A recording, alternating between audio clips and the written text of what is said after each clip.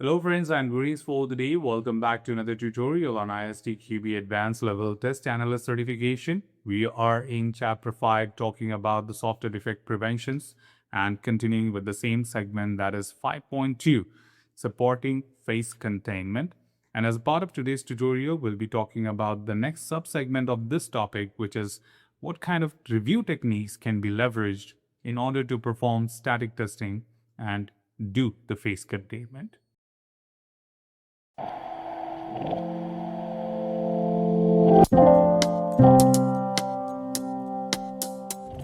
Let's go a little bit back to our foundation level understanding and learning. So in foundation level, we had a chapter talking about static testing, and that was more about understanding what is reviews and static analysis. But we deep dive on the review side, helping you understand how the review can be conducted in order to achieve identification of defects right at the early phases. However, in that we also told you there are different review types like informal review, walkthrough, technical review, inspection. On the other hand, we also had a point specifying that review techniques can be leveraged to make most out of these review being conducted. So in this only following topic, we are going to talk about what exactly are those review techniques which we were referring to back then in foundation and advanced level we need to apply, right? So let's understand there are 5 techniques right here to talk about. So first of all, to talking about the ad hoc reviewing or ad hoc technique. Ad hoc technique, as we understand in a very simple way.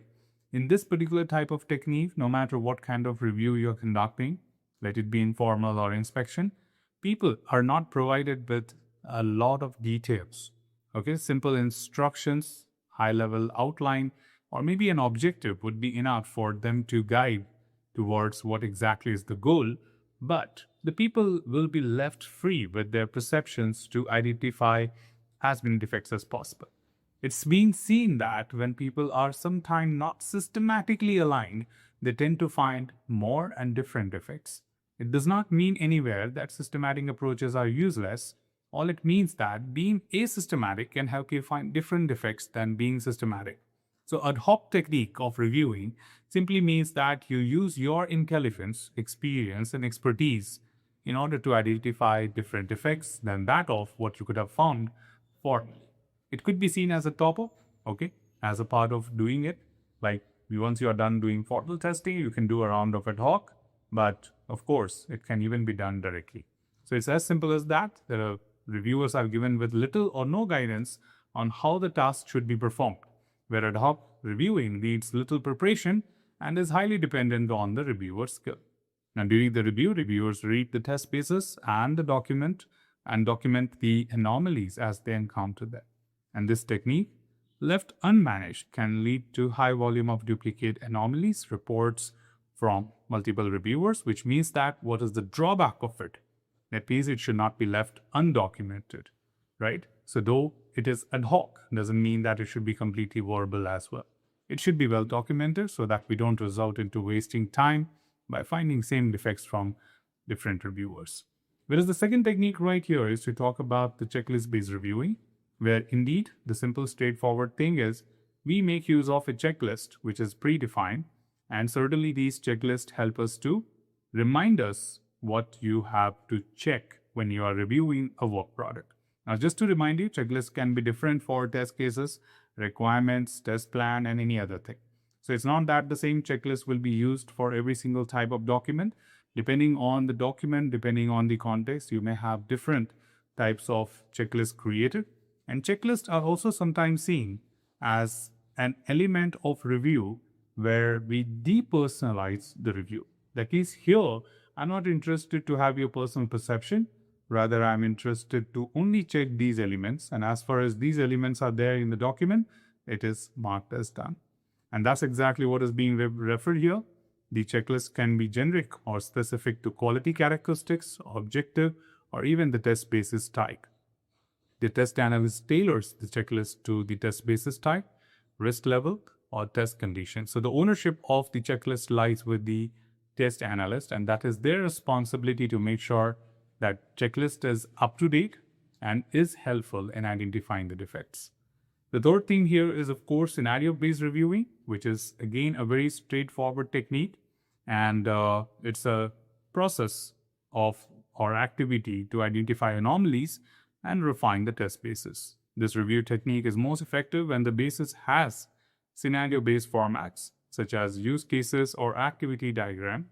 In such cases, reviewers can perform dry runs based on the expected usage of the work product, where simply it represents that instead of going theoretically behind each and every line of code, let's virtualize the scenarios, conduct some dry runs, and see that is there any way we can identify a gap in the written work product?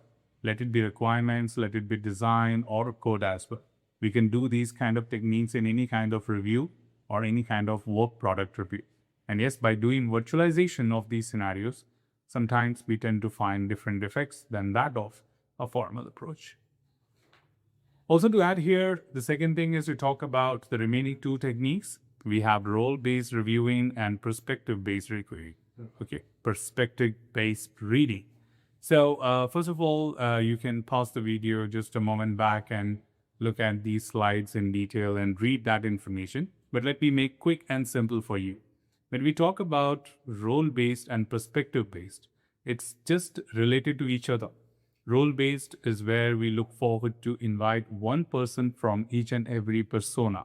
You could say that I'm inviting one developer, one tester, one designer, one server team, one API team member, etc.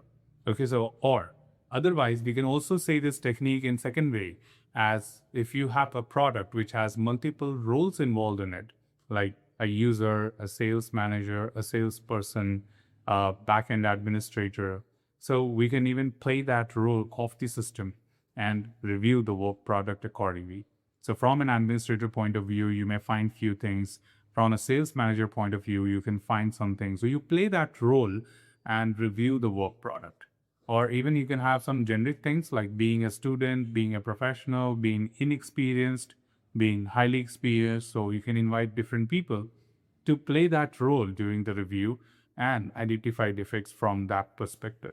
Okay, but the only difference between role-based and perspective-based is role-based invites one person from each role, whereas perspective-based will invite multiple people from the same role. So if you quickly see here, perspective-based reading involves reviewing the test basis from various perspectives or viewpoints. Now, this certainly leads to more in-depth individual reviewing with less duplications of anomalies among the reviewers. In addition, perspective-based reading requires the reviewers to attempt to use the test basis under review to generate the work product they would derive from it. That means I can go ahead and create the test cases. So 3 people involved doing that would make more sense because they will have conflicts, they will have confusions, they will have questions, and people would tend to answer that. That is author. And of course, for example, a tester would attempt to generate draft acceptance test based on requirement specification to see if all necessary information is included. And that certainly becomes much simpler, and from the perception of that individual, that is whatever you need from this requirement to identify the most number of defects. So to be frank, all the techniques have their own significance, but after the explanation, you may think that perspective-based is much more important and helpful in terms of finding more defects. So you can always blend any of these techniques as a part of your day-to-day review activities and add more value to it or add more success criteria to it. So that's all from this particular tutorial, team. Should you have anything else, feel free to comment below. I'm always there to address your queries and ask them. But till then, keep learning, keep exploring, keep understanding the context. Thanks for watching the video, team, and happy learning.